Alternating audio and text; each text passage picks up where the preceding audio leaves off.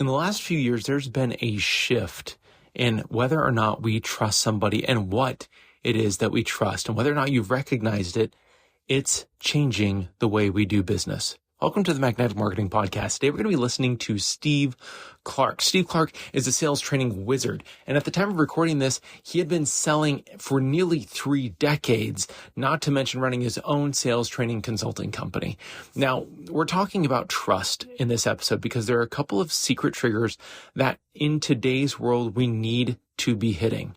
Now, this is something that Steve Clark goes into a lot of detail about, and it's things that we miss even today. And how do we generate the type of trust that customers need in order to be able to take action? What are they actually looking for? And then how are you able to build that type of rapport, that type of authority, that type of trust with your customers? This episode is already going to be jam-packed, but Steve goes one step further and talks about the 9 gates to customer commitment.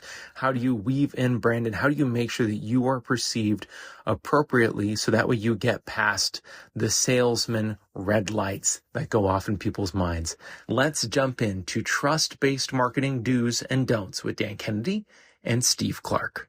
I don't think there's anybody that has had a bigger impact in the field of direct response than Dan Kennedy. The legend of Dan Kennedy should be ignored at your own peril. They're not really lessons, they're kind of laws that you live by. Dan opened my eyes to what small business marketing looks like. Dan teaches strategic direct response that is timeless. His ripple effect touches people who don't even know his name. The world as we know it was changed because Dan Kennedy became obsessed with marketing. Welcome to the Magnetic Marketing Podcast with your host, Dan Kennedy. Hey, good afternoon, everybody. Welcome to the Diamond Call. I have with me sort of to run the show here in a minute or two, sales wizard, sales training wizard, longtime member, Steve Clark, who undoubtedly many of you know, I believe, fairly recently. If you didn't know him before, you encountered Steve on a Gold interview, if I'm correct. And so, in just a minute, I'm going to let Steve guide our conversation about trust-based marketing. I do want to remind everybody, if you have not obtained it, the new No BS book, No BS Guide to Trust-Based Marketing, has been on the shelf, been in the stores and so forth for a little while now, and should be in your hands. So, Steve, I'm going to hand this off to you, and out of curiosity, maybe for everybody, just the quick thumbnail of who the devil you are and why I've invited you to do the call, and maybe also your point of origin, your Kennedy origin story. I think that's always interesting to folks. Great. Well, as you mentioned, I own a sales training consulting company called New School Selling. I've been at this selling thing nearly 3 decades, and then my introduction to Dan Kennedy was in December of 2007 when I attended an event in Baltimore and walked away from there with several ideas and actually purchased some resources. And then immediately after that joined Peak Performers in January of 2008 and attended my first super conference in April of 2008 and became an IBA in April of 2008 as well. So in the first 6 months of my Glazer Kennedy at that time introduction, I invested some $60,000 in resources and have invested at least another 2,000 hours in study and the implementation of the programs and philosophies and strategies.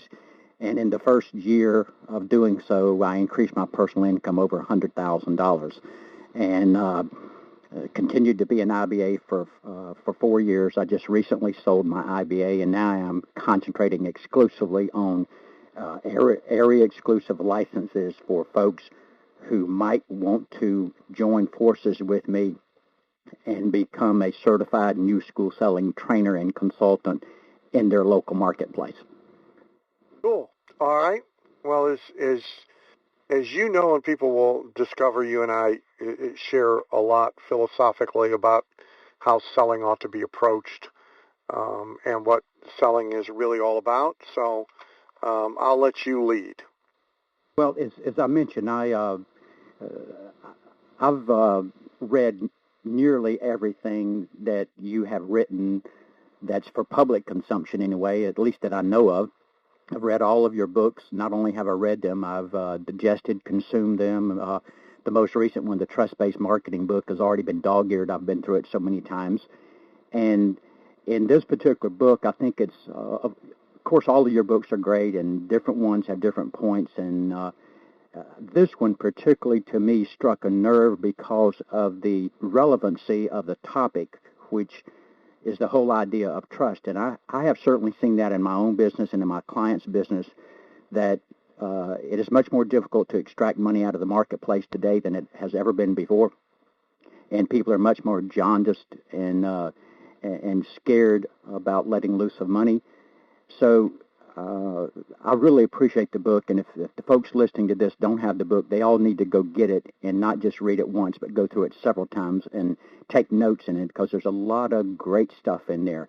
And it wouldn't be a stretch to say that by doing so, it might fundamentally change their entire mindset about really what business they're in. But I want to jump into the very beginning of the book, in the preface of the book, and this is a very powerful thing that you talk about. You make the statement, or you ask the question, what if everything you were taught and believed about successfully connecting with clients was wrong? So would you take a little bit of time and explain that question? Well, so if you think about it, and of course you're a student of sales training.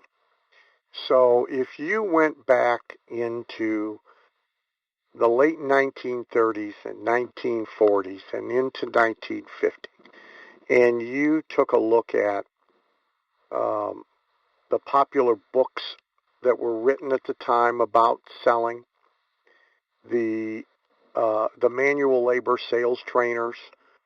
So this is, if you go back lineage from Tommy Hopkins to J. Douglas Edwards to before J. Douglas Edwards to before the guy that J. Douglas Edwards learned from, and you looked at all that stuff, and then you went and got a random sampling of sales books from the Barnes & Noble shelf today, and you took one or two or three or four of maybe the most popular broad-based sales training programs, or you looked at a lot of corporate sales training programs, you would actually see very little difference either in process or in content, in substance, or in tone. So the process is still really a hunt the prey process.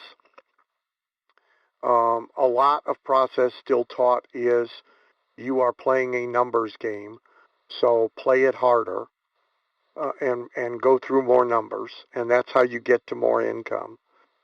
The substance, the content is still, very much about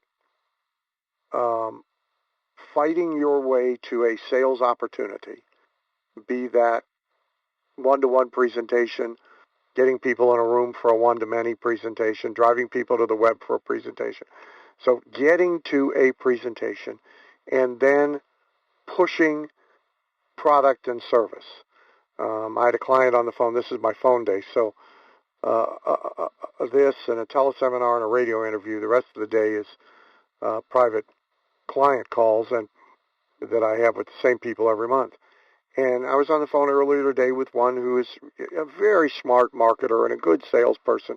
And still, they had faxed me ahead of time their latest video script that people are being driven to online to watch this video for what it is that they are selling.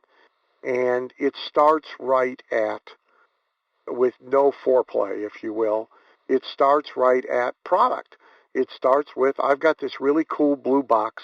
Let me tell you all about what's in the box. And And as you rightly point out, at the moment, people are more skeptical, less trusting. Every day they're getting beat around the head with something that seemed like solid ground beneath them that turns out to be extremely unreliable. I mean, everything from going to a movie theater to see a movie in peace, we think differently about that than we did maybe a month ago, thanks to the Dark Knight episodes. To just about every place we've put our money, to, gee, what are hamburgers really made out of? What the hell is pink slime anyway? I mean, on and on. So you have this ever more distrustful, for good reason, population confronted with the same sales approach that they were being confronted with in 1940 and 1950, which is a time when you had a remarkably trusting population. I mean, you probably share with me, I mean, when I grew up, I can't recall my father locking the car. Often the keys were left in it. The back door to the house was left open, so if neighbors were coming over and you were running an errand and they beat you there, they could just let themselves in and start the pot of coffee. I mean, you sent your kids out in the morning and said, go play and be back home by dinner. You know, that was the environment then. The environment now is completely different, and yet we're still selling as if it was 1958. It's all about pushing product, and it's all, I call it vomiting on the prospect, just pitching product information to them and then trying to close as opposed to developing relationship before we even attempt to do anything like that. And I would agree with you 100%. I see that going on with everyone. Doesn't matter if the small companies, large companies, they all want to push product and talk about their product and how great it is. Yeah, I had two very interesting meetings within the last few weeks. I spent a day consulting with a money under management guy. He specializes in dealing with people who've recently sold or are selling their companies. He has $1.1 billion under management. And he basically said all of the financial products, what's actually going to be done with the money, is the least important piece of acquiring and satisfying a client. And the most important piece is really relationship building. And I had virtually the exact same conversation with a business-to-business / industrial sales representative selling fairly expensive and complex equipment to a particular industry, and he arrived at the same conclusion. But if you really examine the way most companies advertise and market and the way most salespeople sell, you find default to 5 things. So everybody tends to default to talking about product or service, features, benefits, comparative superiority, and price. And in part it's because how everybody's been trained to sell and to write copy and to present advertising. In part it's because that's how they've been conditioned to do it. In part it's because what they see when they look around, that's how everybody else does it. And in part because that's what they're comfortable talking about.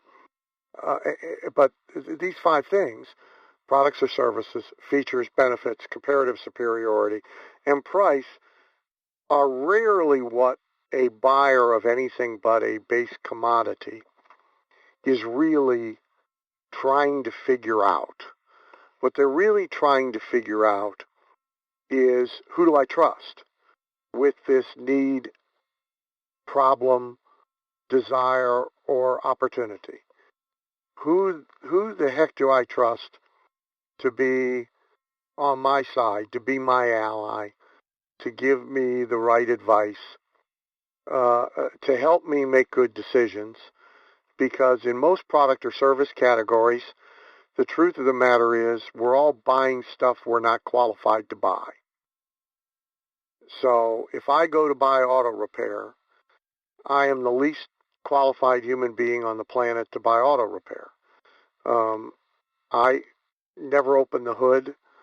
I wouldn't know what I was looking at if I did open the hood.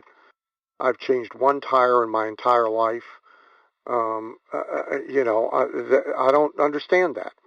But really, the same thing is true with my healthcare decisions, my financial. I know a little bit more about the financial stuff than I do anything else.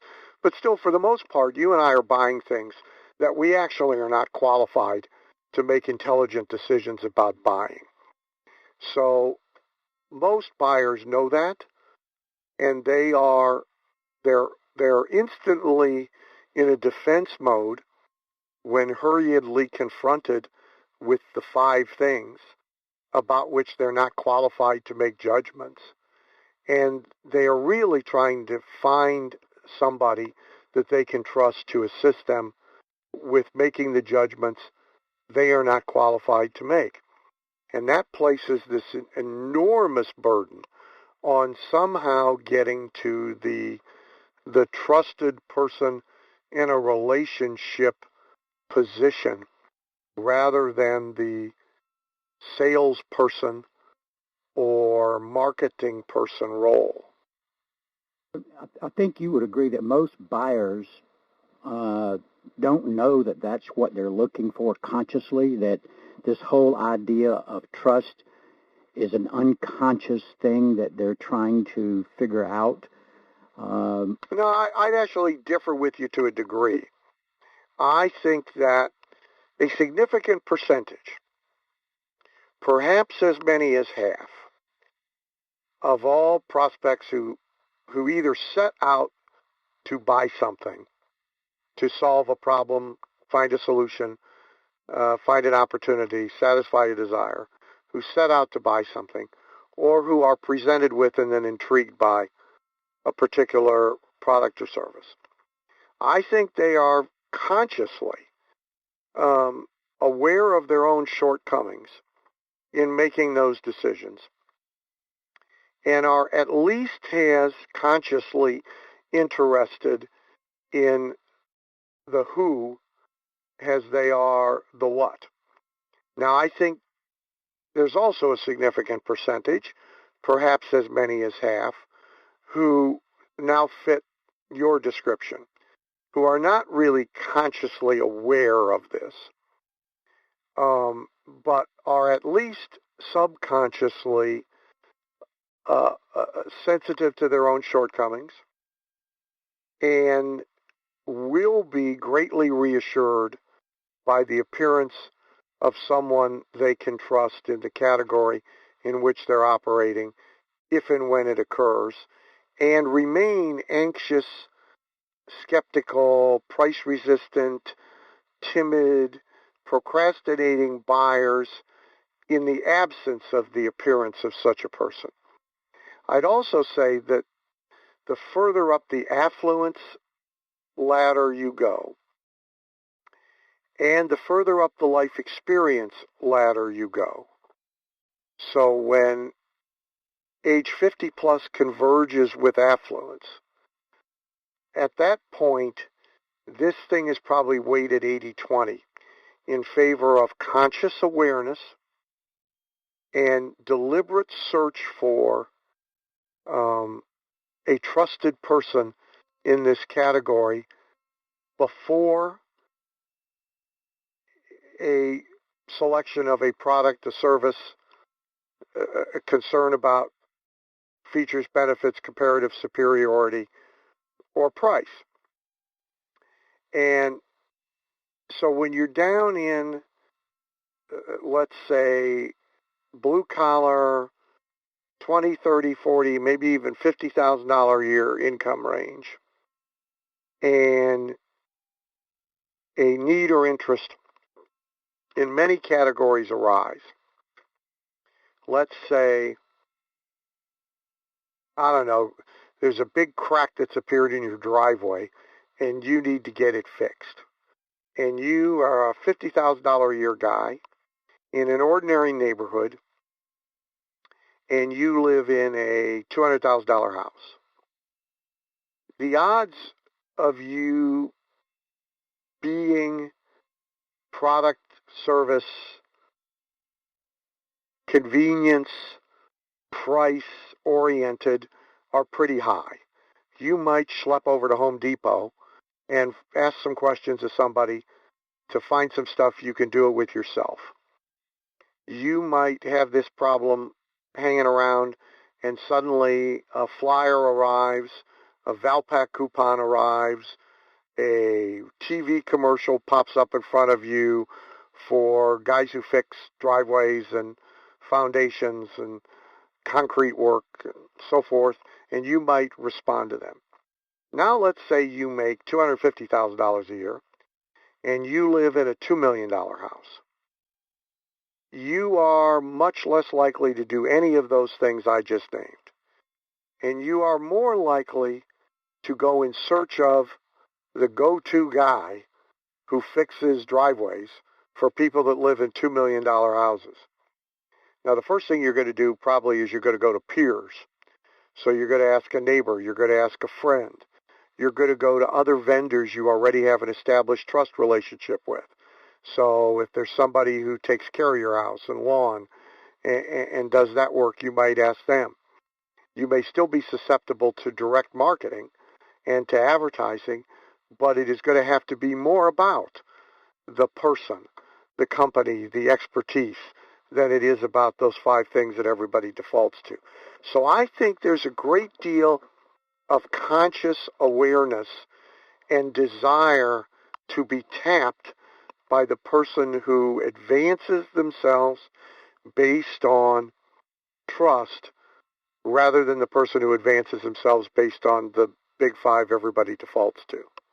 Let me follow up on that then, and if the buyer in fact is consciously aware of this whole issue of trust and they're seeking to find that person that they can trust, let's get inside the buyer's head for a second and decode how they figure out if this person is trustworthy or not. So, well, that's an ugly mess. Yeah, it is. But it's also a key. And it's an ugly mess.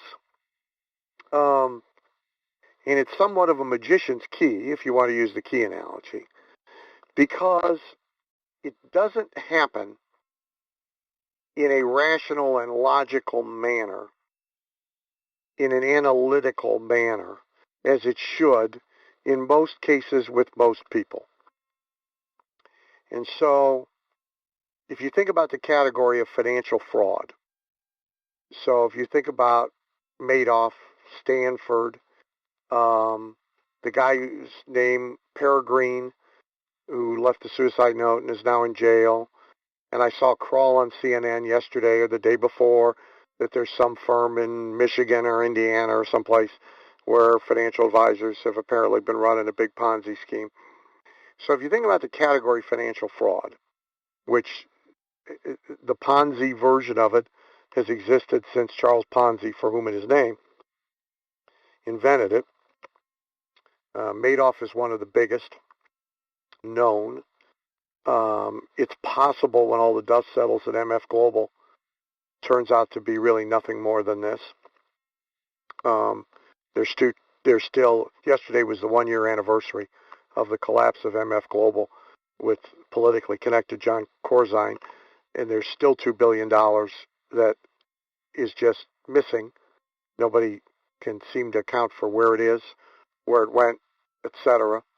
And unlike Madoff, Mr. Corzine is still walking the streets. But so if you look at financial fraud, you often see, there's a great book about the Homestake oil swindle, which is now ancient history, but it's instructive. You often see people you would think way too smart and way too sophisticated and way too knowledgeable about money, including professional money managers, people managing endowment funds at hospitals and universities, getting taken in by these things. And you think, how could this happen? And when you hear it after the fact in condensed form. So all these people gave their money to this guy to manage because he had a mystical process he wouldn't explain. He had offices on a floor in an office building that nobody was ever allowed to visit, and he never failed to deliver a consistent and satisfactory return with hardly any ups or downs. Now, when you hear it said that way, you've got to be like a functional moron to buy into this. And a whole lot of people who hand over money are not functional morons. So how does that happen? It's because often we get to trust through all sorts of irrational and non-analytical and non-critical ways. One is we like the guy. And likability is an enormous factor in everything from how America chooses its president, which may be the worst way ever to choose a president, to who you let babysit your kids without doing any background check, any on the parents or on the babysitting kid, to who you let house sit, to who you let work on the brakes on your car. It is often, likability is often a big factor. Affinity is often a big factor. So for example, if you look at a member of ours, if you look at Darren Garman's business, and Darren sells Heartland of America investment real estate to out-of-state investors, often sight unseen, never meeting them, at best talking with them on the phone. And one of the profound biases in his investors is some family connection, or they went to college in, somehow they grew up in, they have family connection in, they went to school in Iowa or one of the surrounding states, and because he grew up in and went to school in and lives in Iowa, they have affinity with him. Military veteran to military veteran, doctor to doctor, peer to peer, neighbor to neighbor. So affinity enters into this picture. Authority, which is not the same as credibility, and credibility takes time, authority does not. Authority enters into this picture. Breaching someone's defensive wall. So that's how Madoff ran up the money. Is if you take a group of very affluent people who know each other well and hang out together. Let's say all the members of a country club. That their defensive wall is very strong. They do a lot by peer-to-peer referral. In everything they buy for every purpose, they do very little from direct, overt marketing. The wall is high. The wall is strong. The wall has no holes in it unless you somehow get inside. Because if you get inside with one, the very thing that makes the wall so strong, the over-reliance on peer-to-peer referral, now makes everybody vulnerable. It's somewhat akin to you doing everything right with your health and being a food freak and, health food freak and an exercise freak and pretty much on every indicator scoring 20 years younger than your chronological age. But if you get locked in an airplane with 100% recirculating air with 4 or 5 really, really, really, really sick people carrying the flu of all flus, you're a great candidate to be carrying that flu when you get home. If you make it worse, if you make it tuberculosis, you're a big candidate to be taking tuberculosis home. And so you penetrate that wall. One person gets sick almost overnight. They all, can get sick. So there are all sorts of reasons that people come to trust, and very few of them are properly rational and analytical. And so a great deal of what you see in the trust-based marketing book is about the leverage of irrational and non-analytical pathways to trust. And you talk about that in actually the chapter 4 on what clients really want to know. And you talk about something called the 9 gates to customer commitment. And as I look at those, almost all of those are emotional things. Like, is the guy for real? Is he telling me the truth? And am I making the best choice here? So those are emotional issues, which kind of goes back to that old thing about people buying emotionally and then justifying logically or rationally. But would you say that developing a buyer, developing trust with a prospective salesperson, that it would be purely, not purely, but mostly a comfort level, an emotional feeling they have for that salesperson because they truly don't understand the complexity of the product or service they're buying in most cases? Yeah, I mean, I think we support our response to someone with facts. So, information has a role in all of this. However, we actually tend to make our decisions about another person and then welcome the facts that support our decision, as opposed to collecting facts and information and using that to make a decision about the person. And in instances where we have an opportunity to do so, we will tend to make our decision about the person and then let that person guide our decision about products and services and price. And so when you think about it in these terms, everything that you can do to arrive at, you use the word comfortable with, that you can use to arrive at a position where the person is predisposed to accept your recommendations. So there's all sorts of ways that happens and can be accelerated. I mean, if you go for your physical today, so one is, establish brand. That's the one everybody understands most. So if you go to get your physical today from your regular doc who also is at the Cleveland Clinic, and he says, you got a heart, poop, and if we don't get you into surgery in the next half hour and start cutting, you're dead. You get on the gurney. If you go over here to the neighborhood urgent care center because you were out cutting the grass and you ran over your big toe with the lawnmower, and while they're fixing your toe, the doctor working in the urgent care center for low wages who you don't know from Adam's house cat, and you went to the urgent care center for the first time in your life just because you remembered where it was and it was close to your house, and he says, hey, not only do you have this toe problem, you got this heart poo-poo going on, and if we don't get you in an ambulance and get you to the hospital and start cutting in the next half hour, you're going to be dead. You don't necessarily jump right in the ambulance.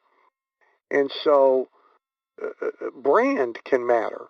Watch Disney sell timeshares versus a no-name place down the street sell timeshares. You'll see the difference.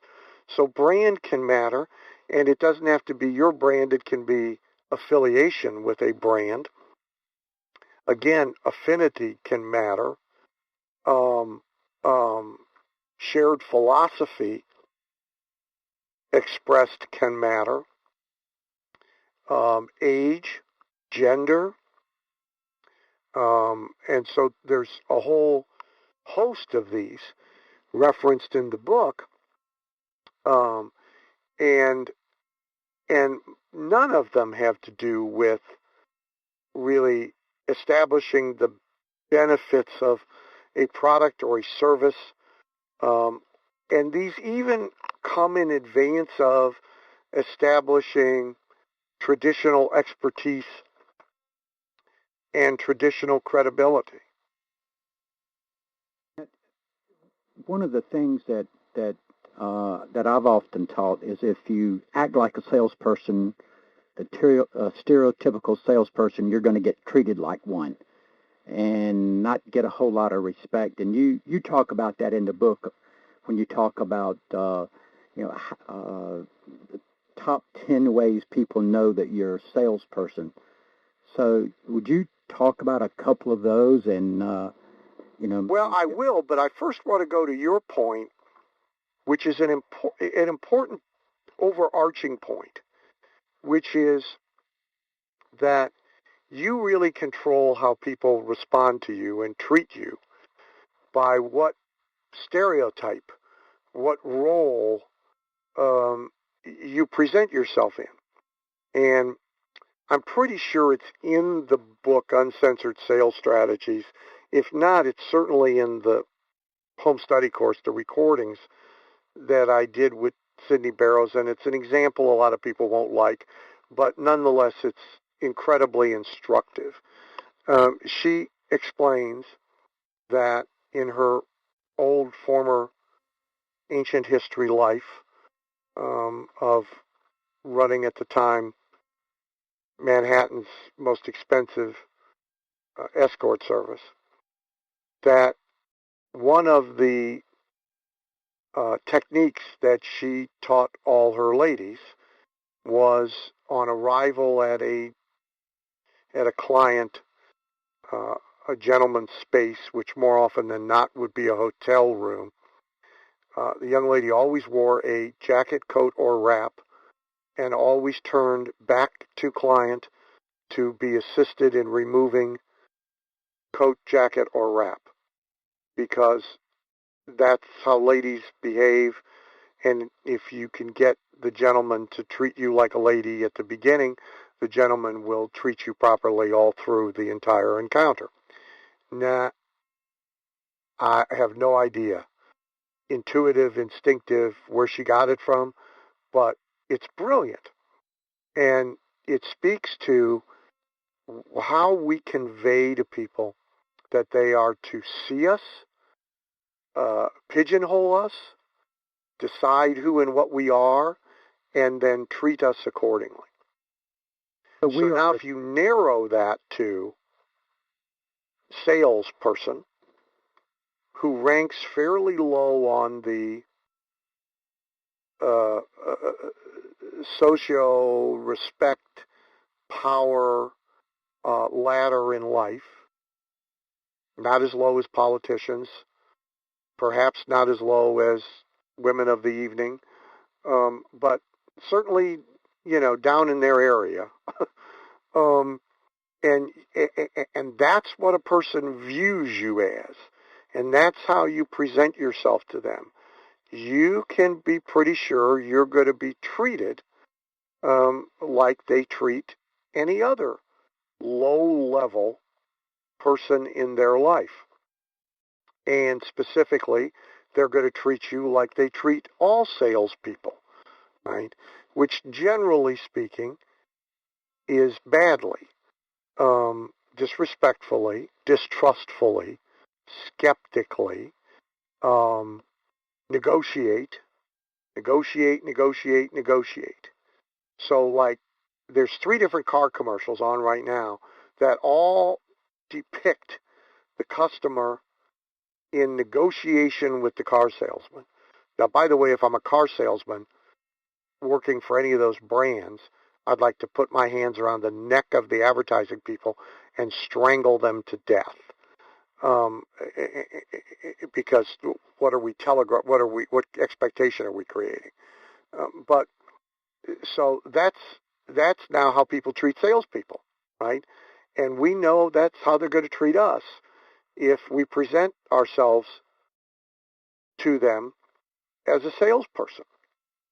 So if you didn't know anything now about what to do about that, it's fairly simple to figure out how people identify somebody as a stereotypical salesperson, and know that you can't do any of that.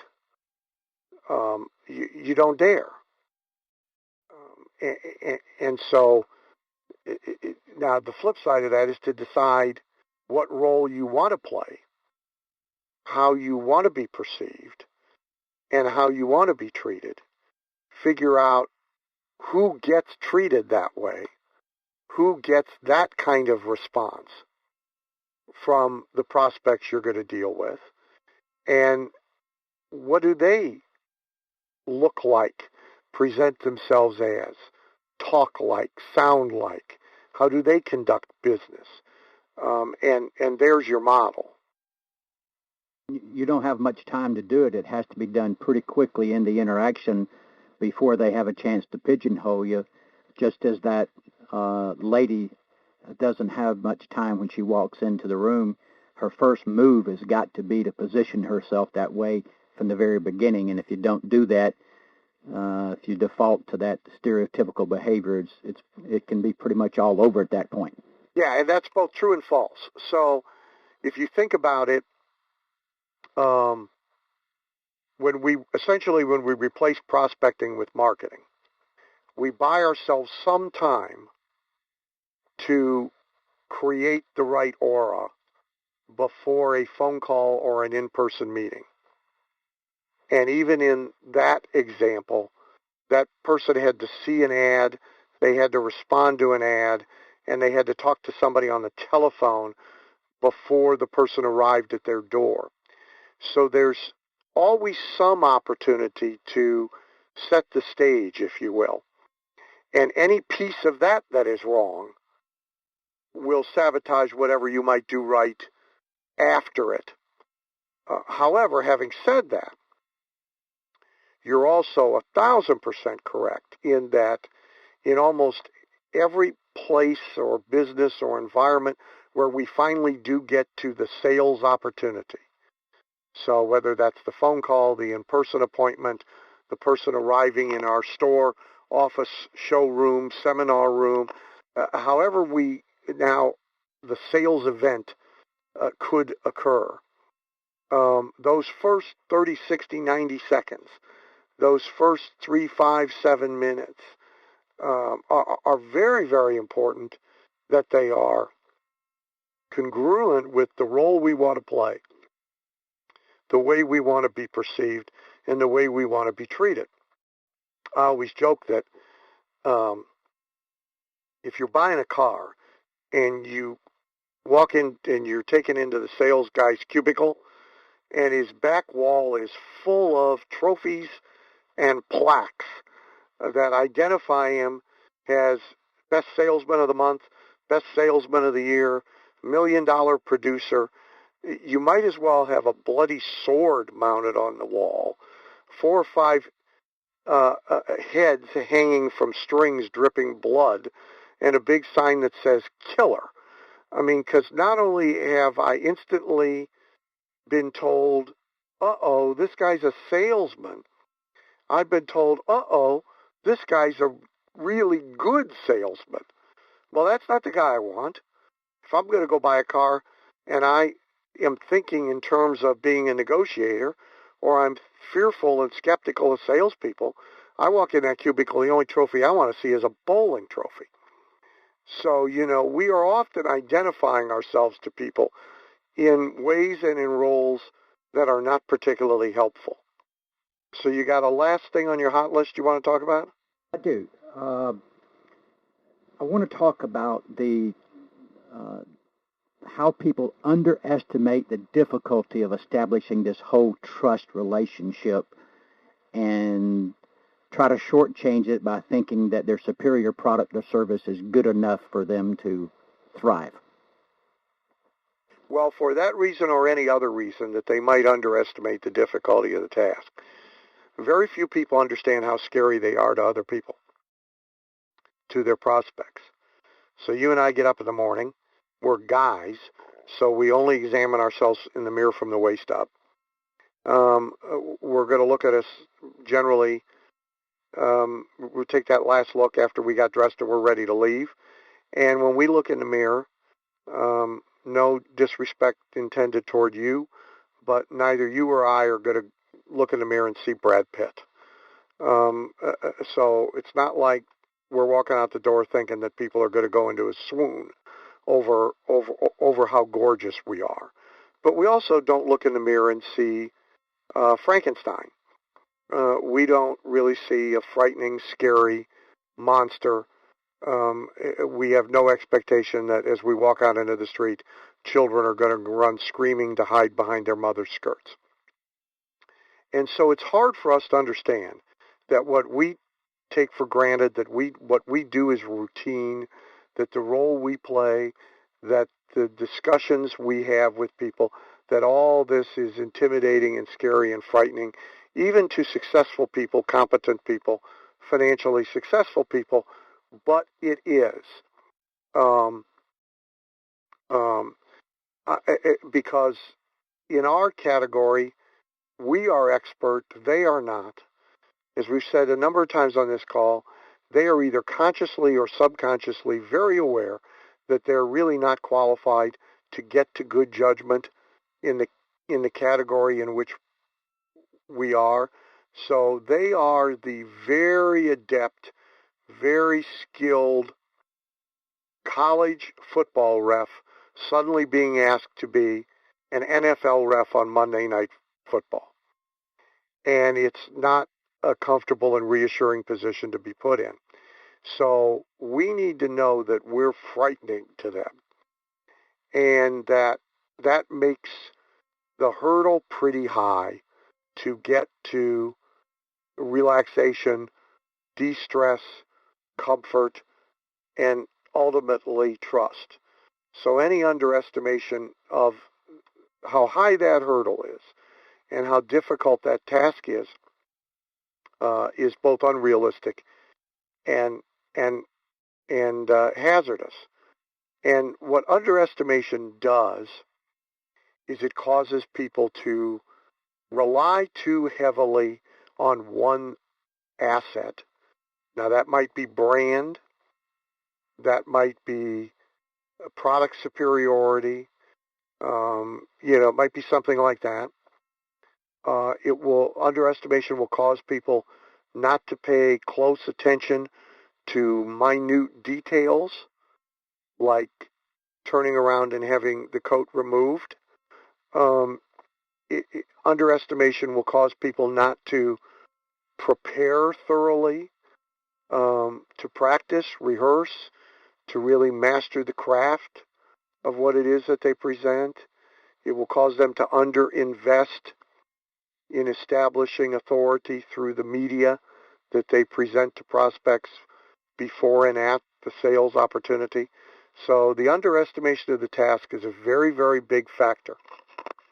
And books like the Trust book and other books, make this point, other books of mine make this point many, many, many times with many different examples, that ultimately the person arrives at yes, no through a very complex neurological, intellectual, emotional, conscious, subconscious, 5 sense plus spidey sense process. And every little thing and any little thing can matter. Thanks for being with us today. Thanks again, Steve. Bye now. Thank you for listening to the Magnetic Marketing Podcast with Dan Kennedy. If you love hearing in on these lost Dan Kennedy talks and speeches and calls, then please let someone else know about this podcast. That's how you can help it to grow. And the more it grows, the more free Dan Kennedy we can bring to you. Also, Dan would love to give you the most incredible free gift ever, designed to help you make maximum money in minimum time. Now, this free gift comes with almost $20,000 in pure money-making information for free just for saying maybe. You can get this gift from Dan right now at nobsletter.com. Not only will you get the $20,000 gift, you're also going to get a subscription to 2 marketing newsletters that will be hand-delivered by the mailman to your mailbox each and every month. One from Dan Kennedy and one from me, Russell Brunson. To get this gift and your subscription, go to nobsletter.com right now.